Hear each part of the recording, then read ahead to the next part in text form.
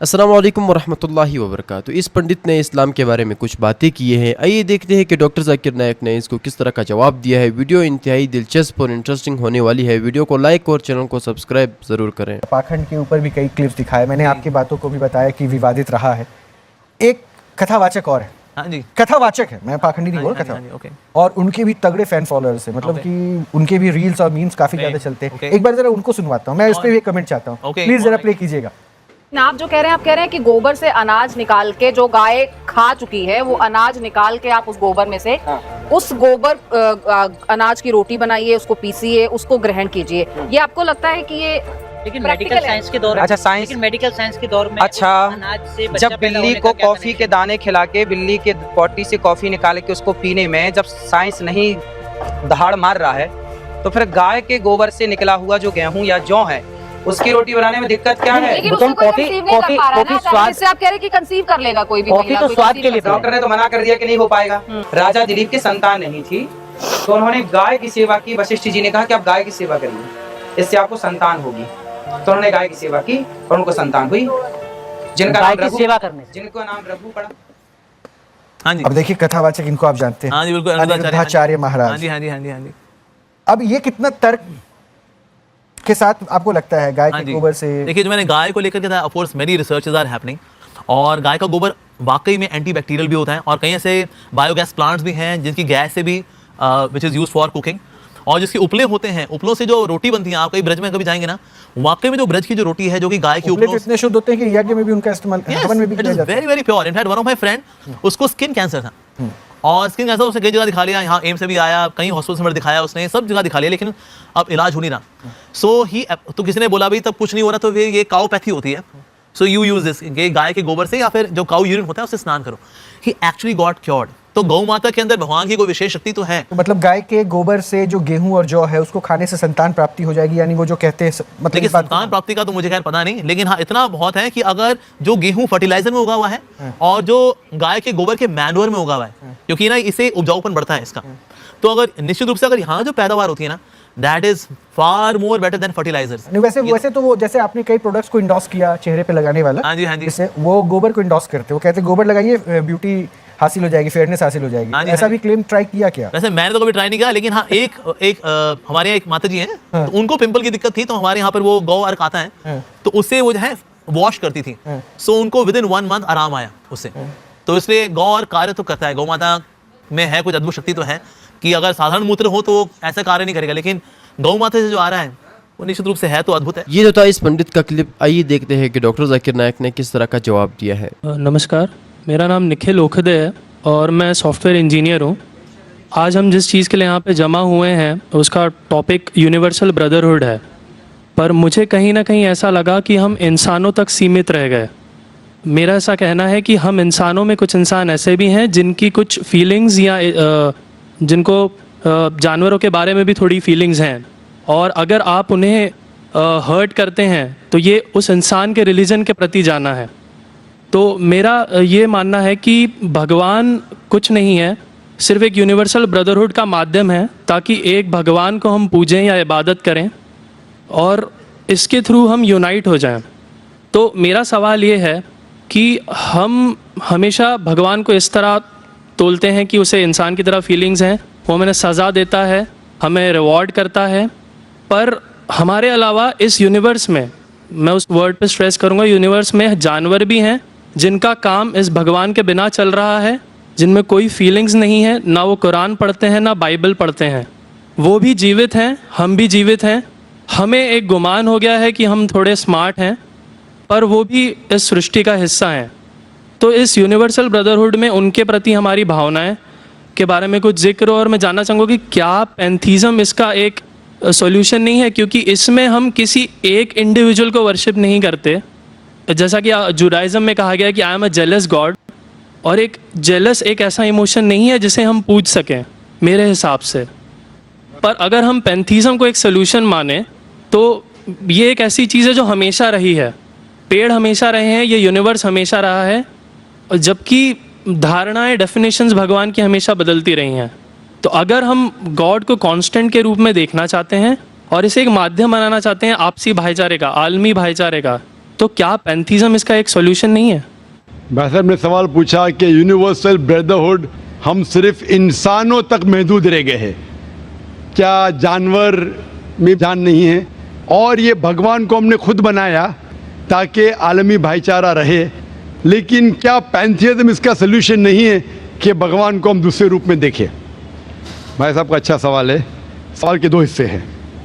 पहला एक हिस्सा है कि यूनिवर्सल ब्रदरहुड सिर्फ महदूद इंसानों तक क्यों, जानवर पेड़ पौधों को क्यों नहीं लिया गया?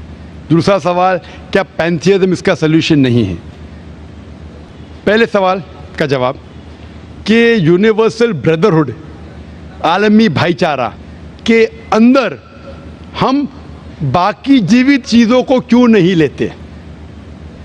अगर लेंगे तो जीना ही मुमकिन नहीं है। अगर हम लेंगे बाकी जीवित चीज़ों को, हम आलमी भाईचारे में लेंगे, तो आपको यहाँ खड़े रहना भी मुमकिन नहीं है 5 मिनट तक के। क्यों? मैं बोलूँगा, क्योंकि मैं डॉक्टर हूँ। भाईचारा का एक उसूल है कि दूसरे भाई का कत्ल मत करो। उसूल है क्या नहीं? ठीक है। आप सांस ले रहे, अभी सांस ले रहे ना, आप जब सांस लेते लाखों जर्म्स का कत्ल कर रहे हैं आप कैसे भाई? ये लाखों लोग का कत्ल कर रहे जीने के लिए, ये कैसा भाईचारा है?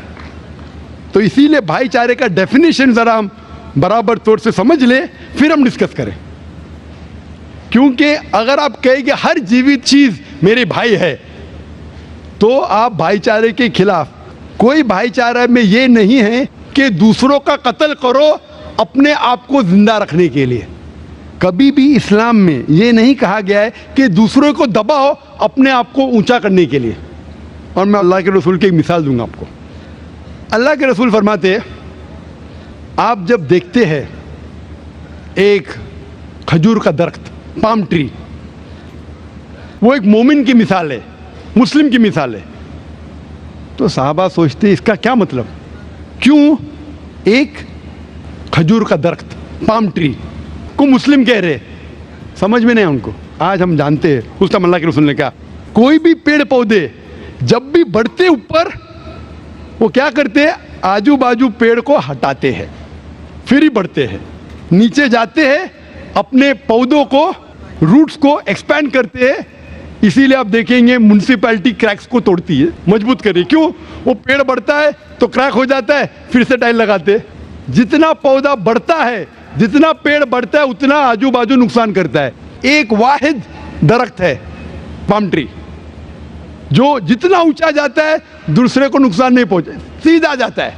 बाकी लोग यहाँ जाते वहां जाते, इसके घर में घुसते, उसके घर में घुसते। ऊपर जाते सीधा, किसी को तकलीफ नहीं देते, नीचे भी जाते सीधा, आजू बाजू घूमते नहीं।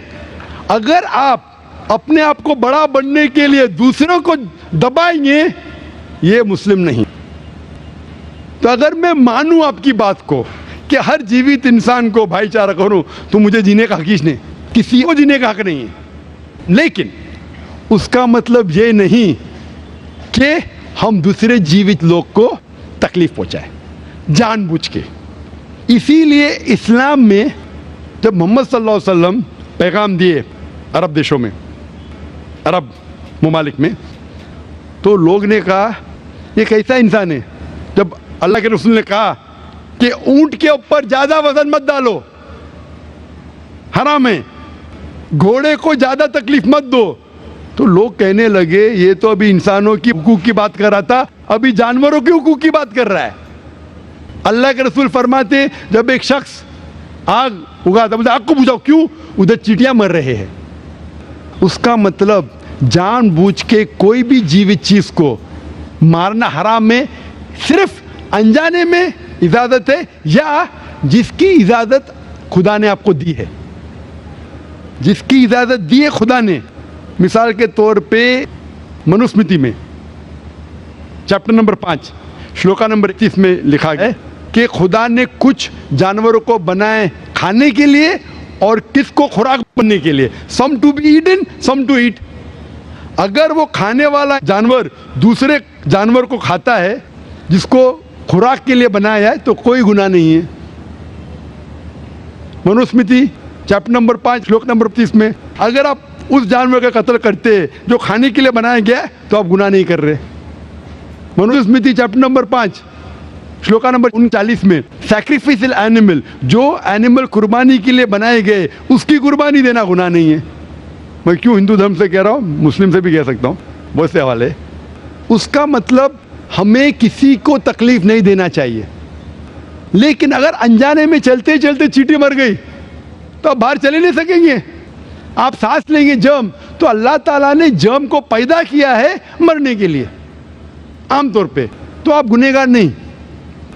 मालूम कुछ जैन लोग मास्क पहनते तो भी मरते, पानी को उबालते, उबालने से मार रहे, उबालने पानी पी के फायदा क्या, अंदर मारने के बदले बाहर मार रहे, क्या फायदा, ये मुमकिन ही नहीं है। लेकिन जानबूझ के कोई जानवर को, और एक मिसाल दूंगा, हमारे खतीब जुमा नमाज पढ़ाए थे कल डॉक्टर उस्मान, उनने अपने खुतबे में मिसाल दी थी।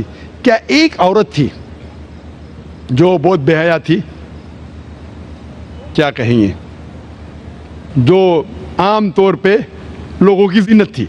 मैं लफ्ज़ उर्दू ज़रा मेरी कमज़ोर है, मैं किसी को ठेस नहीं पहुंचाना चाहता, इंग्लिश में कहेंगे नॉट विथ गुड कैरेक्टर, बाजारी औरत। ज़रा मैं ऐसे लफ्ज़ नहीं इस्तेमाल करना चाहता किसी को छोड़ पहुँचे, तो बाजारी औरत थी जो बहुत गुनाह करती थी, लेकिन एक वक्त एक कुत्ते को पानी पिलाया तो अल्लाह के रसूल फरमाते सिर्फ वो एक अच्छे अमल के वजह से खुदा ने उसे जन्नत में डाला। बाजारी औरत गलत काम करती है, जिना करती है, एक अमल क्या की, एक कुत्ते को पानी दी, इंसान को नहीं कुत्ते को, और अल्लाह उसे जन्नत में डालता है। दूसरी तरफ एक अच्छी औरत, नेक औरत, लेकिन एक बिल्ली को बंद करती है, चेन करके रखती है, उसकी आज़ादी को कैद करती है, अल्लाह ताला उसको जहन्नम में डालता है, नरक में डालता है। इसे कहते हैं जानवरों के हुकूक। मतलब जानवरों के भी हुकूक इस्लाम में हैं। अल्लाह के रसूल फरमाते कि चिड़िया की जान भी मत लो बिना वजह, चिड़िया स्पैरो, अब पढ़ेंगे कुरान में और हदीस में कई इसके पर लेक्चर। तो इसलिए हम मानते हैं कि जीवित चीज़ का हमें एहतराम करना चाहिए, उसके रूल रेगुलेशन है। बोलेंगे सब जीवित चीज़ मेरे भाई है, नहीं भाई सब भाई नहीं है। अभी कुछ लोग इतना करते, कुत्ते के पीछे हर महीने लाख रुपया खर्चा करते। अरे गरीब लोग मर रहे, लाख रुपये से 10 घर हर महीने लाख रुपया अपने पूडल के ऊपर डालते हैं। लाख रुपये से कम 10 घर तो चलेंगे ना महीने, 20 घर चलेंगे बम्बई में, हाँ के नहीं। वो 20 घर को संभालो ना, एक पूडल को संभाल रहे। ये किधर का इस्लाम है? ठीक है जानवर की कदर करो, इतना कदर मत करो कि उसके हाथ में चेन डालो सोने की, ये करो, ये खाना लेके आओ, खाना लेके आते लाख रुपए का, आप समझ रहे ना। तो इतना मत इसराफ करो। इस्लाम के अंदर सिखाया गया है कि भाईचारा जो मैंने जिक्र किया, बट जानवरों को भी देखो और उसके साथ अच्छा बर्ताव करो, बिना वजह किसी जानवर का कत्ल मत करो। ये आपका सवाल था। आपका दूसरा सवाल इसके अंदर जवाब हो गया। आप कहते हैं कि पैंथियज्म, सबको खुदा मानना इसका जवाब है। उसका जवाब में कहा था, हमारे भाई जो अवतार सिंह थे ना, उसने कहा था पैंथियज्म, सब कुछ खुदा है, सब कुछ खुदा है। इससे क्या होता है कि सब कुछ खुदा है, मतलब अगर आप सबको खुदा मानते, चोर को भी खुदा मानते, डाकू को भी खुदा मानते, खुदा का मतलब उसका कहना मानना, बराबर कि नहीं, उसकी इज्जत करना, उसकी इबादत करना, वो जो कहता है उसकी बात मानना। तो आप अगर वो चोर को खुदा बोलेंगे, वो बोलेगा चोरी को, तो आप चोरी करना शुरू करेंगे। वो बलात्कार करने वाला कहेंगे आपसे, आप उसको खुदा बोलेंगे, चल मैं बलात्कार कर, आप करेंगे? करेंगे? तो इसी तरह ये इलॉजिकल है। खुदा एक है और सिर्फ उसकी इबादत करना चाहिए। और ये जो फिलॉसफी है, ये फिलॉसफी जो आप बोल रहे किधर से आई, इसे कहते हैं एंथ्रोपोमॉर्फिज्म। क्या कहते हैं? एंथ्रोपोमॉर्फिज्म, मतलब गॉड ने हर चीज़ की शक्ल हासिल की। और इसके अंदर एक फिलॉसफी है कि खुदा इतना पाक, इतना नेक, वो जानता नहीं कि किस तरीके से इंसान को तकलीफ होती है। और ये एंथ्रोपोमॉर्फिज्म जो फिलॉसफी है, खुदा अलग अलग चीज़ में शामिल होते हैं। और कई मज़हब इस्लाम के अलावा, कोई मज़हब कहता है कि खुदा एक बार इंसान का रूप हासिल किया, कुछ मज़हब कहते हैं अनेक बार।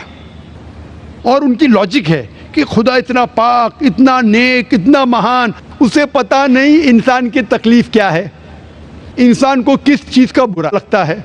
इतना नेक, इतने पाक, इंसान को दर्द कैसा होता है, इंसान को तकलीफ कैसा होती है। तो ये खुदा जो नेक और पाक है, जानने के लिए इंसान के उसूल क्या होना चाहिए वो इंसान का रूप धारण करते हैं। ये फिलॉसफी है एंथ्रोपोमॉर्फिज्म की। ऊपर से लगता है बहुत लॉजिकल है, खुदा इतना नेक, इतना पाक, इतना दयालु, वो जानता नहीं बेचारे इंसानों की क्या तकलीफ है, क्या मजबूरी है, क्या मुश्किलात है। तो इंसान का रूप धारण किया लिखने के लिए क्या इंसान के लिए अच्छा है बुरा है। ऊपर से देखें तो बहुत अच्छा लगता है, लेकिन तहकीक करेंगे मंतिक से तो एकदम ही गलत। मिसाल के तौर पे अगर मैंने एक डीवीडी प्लेयर बनाया, डीवीडी प्लेयर, क्या मुझे जरूरी है कि मैं डीवीडी प्लेयर बनूं ये जानने के लिए डीवीडी प्लेयर के लिए क्या अच्छा है क्या बुरा है? जरूरी है? नहीं। मैं एक इंस्ट्रक्शन मैन्युअल लिखूंगा कि डीवीडी प्लेयर को प्ले करने के लिए डीवीडी डालो, प्ले का बटन दबाओ, स्किप करने का स्किप का बटन दबाओ, स्टॉप करने का स्टॉप का बटन दबाओ, पानी में मत डालो खराब हो जाएगा, ऊपर से मत फेंको खराब हो जाएगा। मुझे डीवीडी प्लेयर बनने की जरूरत नहीं। इसी तरीके से खुदा हमारा खालिक है, हमारा बनाने वाला है, हमारा पैदा करने वाला है, उसको इंसान बनने की जरूरत ही नहीं। वो क्या करता है? इंस्ट्रक्शन मैन्युअल लिखता है, इंसान के लिए क्या अच्छा है क्या बुरा है, क्या खाना चाहिए क्या नहीं खाना चाहिए, कैसा इबादत करना चाहिए। और इस खुदा का आखिरी इंस्ट्रक्शन मैन्युअल है कुरान। इस ईश्वर, इस भगवान, इस अल्लाह, इस खुदा का आखिरी इंस्ट्रक्शन मैन्युअल है कुरान। इस कुरान मजीद में लिखा है आपके लिए क्या अच्छा है क्या बुरा है, किस तरीके से जानवर से अच्छा बर्ताव करना चाहिए, किस तरीके से भाईचारा बढ़ना चाहिए, किस तरीके से गरीबों की मदद करना चाहिए, सब लिखा है इसमें। खुदा को खुद इंसान बनने की जरूरत नहीं, क्योंकि वो हमारा खालिक है, हमारा मालिक है। तो इसीलिए ये पैंथीइज्म फिलॉसफी इज टोटली रॉन्ग। और वेद में किधर नहीं लिखा है, आप जाएंगे दूसरी किताबों में लिखा है, आप अगर देखेंगे मेरी कैसेट हिंदुइज्म एंड इस्लाम पे, लेकिन वो किताबें वेद से ऊंची नहीं है। वेद में सिर्फ लिखा है तौहीद के बारे में, एक खुदा के बारे में, एक कम सत्य विप्रा बहुधा वेदांते। खुदा एक है, उसको नाम अलहदा दे सकते हैं आप, लेकिन खुदा एक है, उसकी सिफत आप बयान कर सकते हैं। और वो एक खुदा है न तस्य प्रतिमास्ती, उसका कोई अक्स नहीं है, ना कोई पिक्चर है, ना कोई पेंटिंग है, ना कोई मूर्ति है, ना कोई स्टैच्यू है। Hope that answers the question. तो हम तो सनातन धर्म से है, तो सनातन धर्म में हमारा जो आता है वो भगवत गीता, जैसे आपके अंदर जो ये है, जैसा बाइबल का आपने, इस्लाम का ये है, कुरान है, तो इसी तरह हमारा भगवत गीता है। और जो भगवान के बारे में जानना है, यानी अल्लाह के बारे में जानना है, तो अगर हमारा है तो भागवतम है। तो भागवतम से हम लोग, हमारा चलता है सब कुछ। अगर ये है वेद तो हमको स्वर्ग तक जाने के लिए है, लेकिन हमारा जो भागवतम है वो अल्लाह तक जाने के पहुँच तक है, यानी अल्लाह को हम सामने सामने देख के उनकी सेवा करने के लिए है। तो जो अभी आपने जो भी बोले थे, जो जवाब दिया था, अभी कर रहे थे औरतों के बारे में, माताजी लोगों के बारे में, तो हमारे भगवत गीता में भी लिखा है कि औरत को भगाता है तो उसको मार दीजिए। ऐसा नहीं है कि आपके इसमें सब में एक ही जैसा है।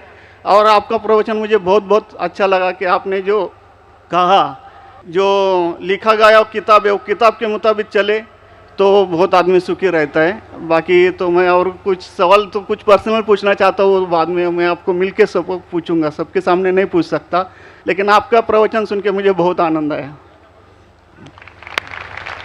हमारे हिंदू भाई ने कहा है कि वो काफ़ी मेरे तकरीर देखते हैं टीवी पे और प्रसन्न होते हैं, खुसूसन जब मैं हिंदू धर्म के बारे में कहता हूँ। और वो कहते हैं कि वो सनातन धर्म को मानते हैं, और सनातन धर्म में भी आपको शायद ये पता होगा कि सबसे अव्वल किताब भगवत गीता नहीं है, वेद है। भगवत गीता सनातन धर्म, अगर आप पढ़ेंगे आर्य समाज, आप आर्य समझिए, सनातन धर्म में बहुत से किस्म है। आपको इस्कॉन से मैं, इस्कॉन, बिल्कुल इस्कॉन, हरे रामा हरे कृष्णा, इस्कॉन, ठीक है। तो इस्कॉन का तस्करा करता हूं।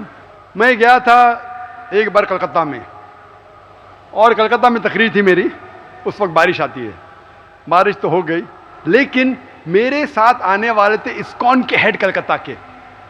हम लोग दोनों जाते एक वैन में, वैनिटी वैन, मतलब जब बड़े मैदान में, यहाँ तो माशाल्लाह मैदान के बाजू में काफ़ी बिल्डिंग है, तो बड़े मैदान में प्रोग्राम होता है तो कोई ग्रीन रूम नहीं होता है, तो क्या करते हैं, वैन लेके आते बस, इसमें मेकअप रूम या आराम करने के लिए कंडीशन होता है। तो मैं इस्कॉन के हेड के साथ में बैठा था, तो उन्होंने वही बात कही जो आपने कहा, हमारे लिए सबसे अव्वल है भगवत गीता। मैंने बोला ठीक है, और कहीं का वेद भी ठीक है। तो मैंने पूछा, ये भगवत गीता हिंदू धर्म में दो किस्म की किताब है, एक है श्रुति, एक है स्मृति। श्रुति मतलब जो भगवान की भेजी हुई किताब, वेद और उपनिषद। उसने कहा बिल्कुल सही। स्मृति किसे कहते, तो उसने कहने लगा स्मृति कहते वो जो आदमी की लिखी हुई किताब है, मिसाल के तौर पे मनुस्मृति। तो मैंने पूछा ये रामायण और महाभारत क्या है, तो उसने कहा यह है स्मृति। बेशक बिल्कुल सही जवाब था, मैं भी तालिब इल्म हूं। तो मैंने पूछा, बिल्कुल सही कहते, ऊपर आती है श्रुति, वेद और उपनिषद। स्मृति मतलब दूसरी किताबें, मनुस्मृति, इतिहास। मैंने पूछा ये महाभारत क्या इतिहास है, तो मैंने उससे पूछा गुरुजी ये बात मेरे इल्म के हिसाब से भगवत गीता एक हिस्सा है महाभारत का, 18 चैप्टर का, सही है? अरे बिल्कुल सही है, आप बहुत इल्म रखते। मैंने बेशक। तो जब भगवत गीता महाभारत का हिस्सा है तो महाभारत स्मृति है क्या श्रुति है? चुप बैठे, स्मृति है बोला। तो स्मृति ऊपर क्या नीचे? तो बोले हाँ आपके पास इल्म है ना, इसलिए आप जानते हैं। हम लोग को कहते हैं भगवत गीता ऊंची है, लेकिन हम सही कहते हैं ये भगवत गीता वेद का निचोड़ है। निचोड़ है लेकिन वेद ऊपर है, खुदा की किताब है। भगवत गीता इंसान की लिखी है, किसके जरिए? स्कॉलर्स कहते हैं, आपके इस्कॉन के गुरु भी कहेंगे वो। लेकिन आप आम आदमी हैं, आप शायद ये पेचीदा चीजें को जानते नहीं। हम तालिब इल्म हैं, मैं स्कॉलर नहीं हूं, तालिब इल्म हूं तकाबिल मज़ाहिब का, इस्लाम एंड कंपैरेटिव रिलीजन का। तो बोले बेशक आप बिल्कुल सही कहते हैं। तो मैं कहूंगा अगर वेद और भगवत गीता में टकराव है, किसकी बात मानेंगे? तो बोले आमतौर पे तो हम कहते हैं भगवत गीता ऊपर है, लेकिन आप सही कहते हैं क्योंकि आपका दिल में। तो मैं वो डबल स्टैंडर्ड क्यों? जिसके बाद दिल में बदल जाता है क्या? 2+2 4 ही रहता है, चाहे वो सेकेंड स्टैंडर्ड में या 10th स्टैंडर्ड में 2+2 वही रहेगा, 4 बदलेगा नहीं। तो मैं ये कहता हूं गुरुजी से, आपके संत से, कि आप अपनी किताब लोगों में आम करो, हिंदुओं में आम करो वेद। लेकिन हिंदू धर्म में सिर्फ ब्राह्मण ही वेद को पढ़ सकता है, क्षत्रिय नहीं पढ़ सकता है। क्यों? बाकी लोग नहीं पढ़ सकते, वेद व्यास शूद्र नहीं पढ़ सकता है। क्यों? हमारे मजहब में ऊंच नीच नहीं है, काला या सफेद, अमीर या गरीब, राजा या फकीर, कुरान पढ़ सकता है। नमाज के लिए जब उस ईश्वर की हम इबादत करते हैं, जब खड़े होते नमाज के लिए कंधे से कंधा मिला के करते, चाहे वो फकीर या अमीर या गरीब, फकीर या राजा साथ में खड़ा है तो कंधे से कंधे मिला के खड़ा होता है।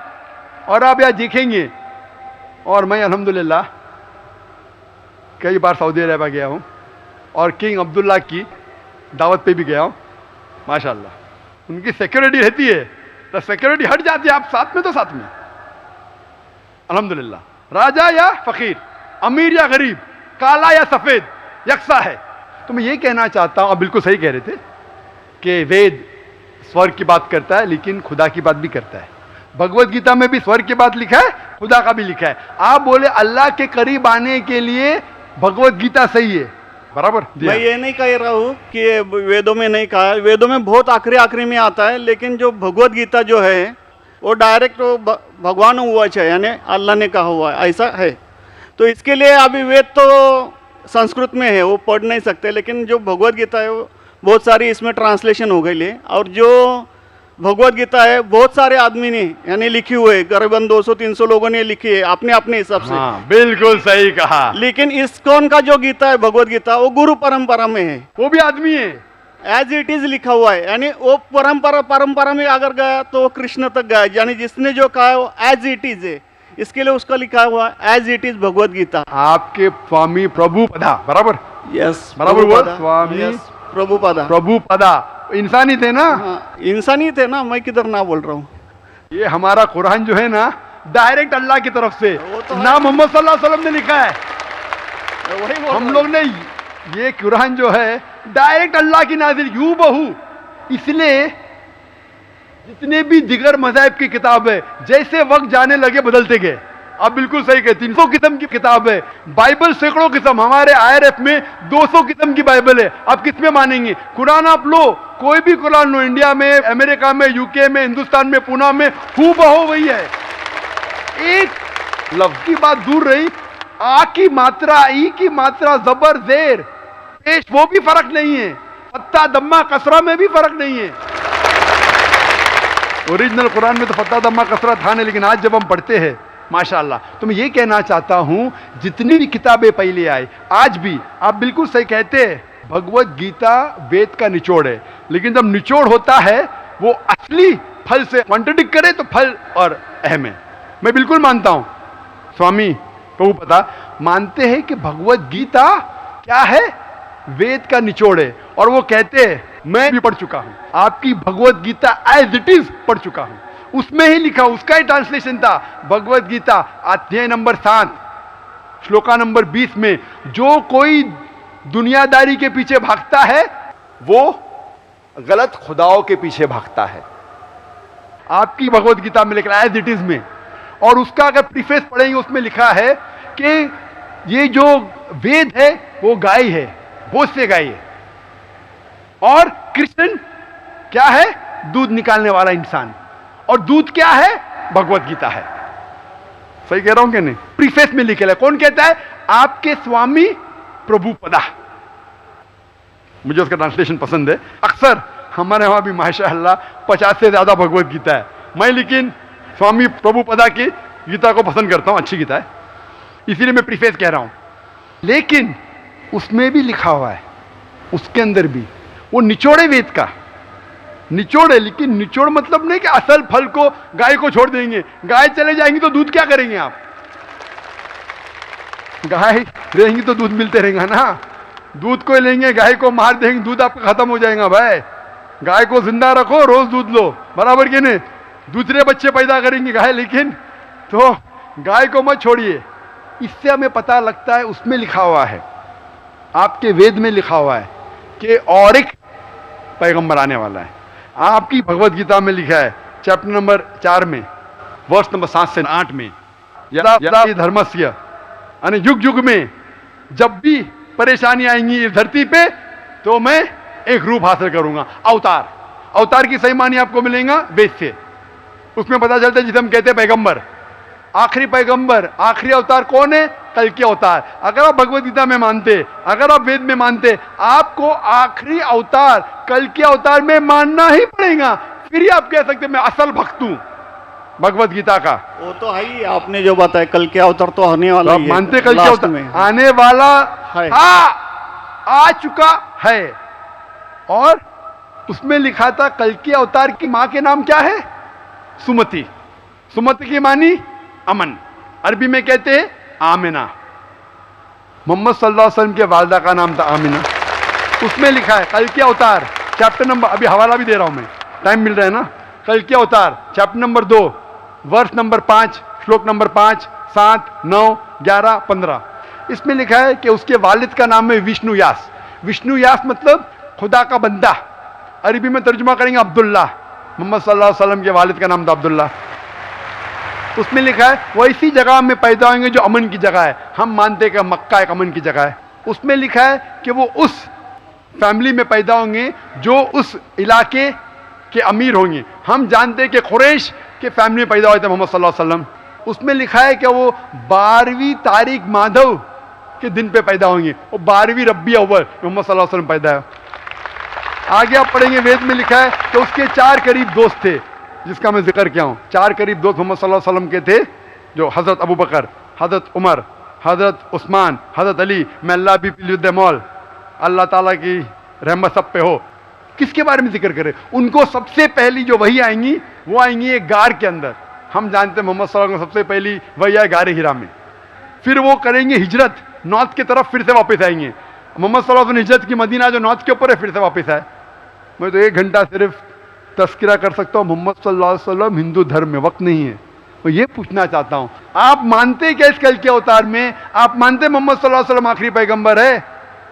मैं तो कुरान 3 बार पढ़ा हूँ साहब, मैं तो मानता हूँ कुरान को, वो बात नहीं है। मानना सिर्फ जरूरी नहीं, अमल करना जरूरी है। मैं कहूंगा मैं खुदा को मानता हूँ, खुदा की बात पे अमल ना करता हूँ तो बेकार है। मैं कहता हूँ मैं मेरे वालिद से बहुत मोहब्बत करता हूँ, वालिद की बेइज्जती करता हूँ, वालिद की बात नहीं मानता हूँ, वालिद से बदतमीजी करता हूँ, तो क्या फायदा? आप समझ रहे ना? समझ रहा हूँ मैं, लेकिन आपने कुछ पहले ही अभी 10-15 मिनट पहले ही आपने कहा था कि जो भी है कुरान है, वेद है और बाइबल है, कि जो जो उसमें लिखा हुआ है खुदा ने उसके ऊपर अमल करना चाहिए। तो मैं अपने इससे अमल करता ही हूँ, जो कुछ मानता तो हुई है खुदा एक ही है करके, वो तो मानता ही है। बिल्कुल, मैं नहीं बोल रहा कि आपके लिए कोई खुदा अलग है, मेरे लिए कोई अलग है, या ईसाई के लिए कुछ अलग है। आप सनातन धर्म के हैं, मैं जानता हूँ सनातन धर्म में एक खुदा को मानते हैं, वो मानते खुदा की प्रतिमा नहीं, अक्स नहीं है, बराबर ये मानते। लेकिन मैं ये जानना चाहता हूँ, आप कल के अवतार में आप मेरे सवाल को घुमाओ मत, मैं जानता हूँ नहीं है, मैं ये जानता हूँ सनातन धर्म के बारे में जानता हूँ। पहले स्टेज में आप पास कर चुके, एक खुदा में मानते, बिल्कुल सही। मैं ये बात जानना चाहता हूँ कि उस खुदा के अवतार पैगंबर, आखिरी पैगंबर में आप मानते हैं क्या नहीं, मोहम्मद सल्लल्लाहु अलैहि वसल्लम? ये मेरा सवाल है। यानी मोहम्मद पैगंबर को आप मानते कि वो आखिरी पैगंबर थे क्या नहीं मानते? वो तो मानता हूँ मैं, मुझे मालूम है ना मोहम्मद पैगंबर आखिरी थे, मोहम्मदियन। वो तो मानता ही हूँ। मोहम्मदन में ने आपके लिए, सबके लिए है ना, बिल्कुल सही। तो कोई धर्म, कोई एक मजहब का थोड़ी रहता है गुरु, तो सबके रहता है। वो एक मजहब का थोड़ी गुरु रहता है कि वो एक मजहब के लिए, वो सब मजहब के लिए गुरु रहता है, तो मानता ही मैं उसको। बिल्कुल सही। लेकिन ये कहना कि सब मजहब यकसा है हूबहू, ये सही नहीं, यकसानियत है। इसीलिए मैंने कहा यकसानियत पे अमल करो। आप बोलेंगे मैं सब हिंदू चीज पे अमल करूंगा, कई हिंदू जाते बुत परस्ती करने के लिए, आप नहीं करते, अच्छी बात है अल्हम्दुलिल्लाह, इसीलिए मैं आपको कांग्रेचुलेट करता हूं। आप बुत परस्ती नहीं करते, मैं आपको कांग्रेचुलेट करता हूं, मैं कांग्रेचुलेट करता हूं, क्योंकि सनातन धर्म बुत परस्ती नहीं करता है। अल्हम्दुलिल्लाह सुम्मा अल्हम्दुलिल्लाह, आप आधे इम्तिहान में सफलता पा गए। अभी ये पूछता हूं मैं, जैसे आपने कहा आप अगर मोहम्मद सल्लल्लाहु अलैहि वसल्लम को आखिरी पैगंबर मानते हैं तो उसके पैगाम पे अमल करना ज़रूरी है। सिर्फ पैगाम को पढ़ना ज़रूरी नहीं, पैगाम पे अमल करना ज़रूरी है। अगर मैं कहता हूँ मानता हूँ लेकिन अमल नहीं करता तो कोई फ़ायदा नहीं। तो ये होता है कि अपने मन से खुदा की बात, जो आखिरी पैगाम है कुरान शरीफ, और आखिरी पैगंबर मोहम्मद सल्लल्लाहु अलैहि वसल्लम में मानना ज़रूरी है, फिर ही आप सही तरीके से मज़हब को पहचान सकेंगे। Hope the answer the question. नहीं, थैंक यू। कुछ बोलने का आपको? मुझे ये कहना चाहिए था, अभी आप बोल रहे थे अमल करना चाहिए, अमल करना चाहिए, तो मैं मोमिन बनने का पूरा कोशिश किया, क्योंकि मैं वो मोमिन का क्या रहता है वो 3-4 इसमें सुन चुका हूँ। मोमिन का क्या रहता है? मोमिन का जो बताया था ना, क्या जो रीजन जो कैसा रहता है मोमिन, कैसा रहता है मैं जानना चाहता हूँ। नहीं, मैं इतना याद में जितना रखा हूँ मैं जो भी बोल नहीं सकता है, जो भी याद है बोल लीजिए, नो प्रॉब्लम, जो कमी है मैं पूरी कर लूंगा। नहीं नहीं यार, जान दीजिए, अगर दूसरे को भी क्वेश्चन पूछना है मैं आपसे मोहब्बत करता हूँ, मैं आपको पर्सनली मिलता हूँ बाद में। अच्छा, बाद में मिलेंगे स्टेज के बाद इंशाल्लाह। ठीक है, हरे कृष्णा। माइक नंबर 2 में अगर कोई गैर मुस्लिम भाई कतार में खड़े हों तो वो सवाल कर सकते हैं। मेरा नाम अभिजीत जावलकर है और मैं कंप्यूटर इंजीनियरिंग स्टूडेंट हूँ। सर, मुझे आपसे ये पूछना है कि अगर कोई मुस्लिम कुरान के ऊपर हाथ रखकर कोई कसम खा ले तो क्या वो कसम वापस ले सकता है? भाई साहब ने पूछा है कि अगर कोई मुसलमान कुरान पे हाथ रख के कसम खाता है तो क्या वो कसम वापस ले सकता है कि नहीं। आम तौर पे कोई भी मुसलमान कसम खाता है, चाहे कुरान पे हाथ रखे या नहीं रखे, उसे वापस नहीं लेना चाहिए।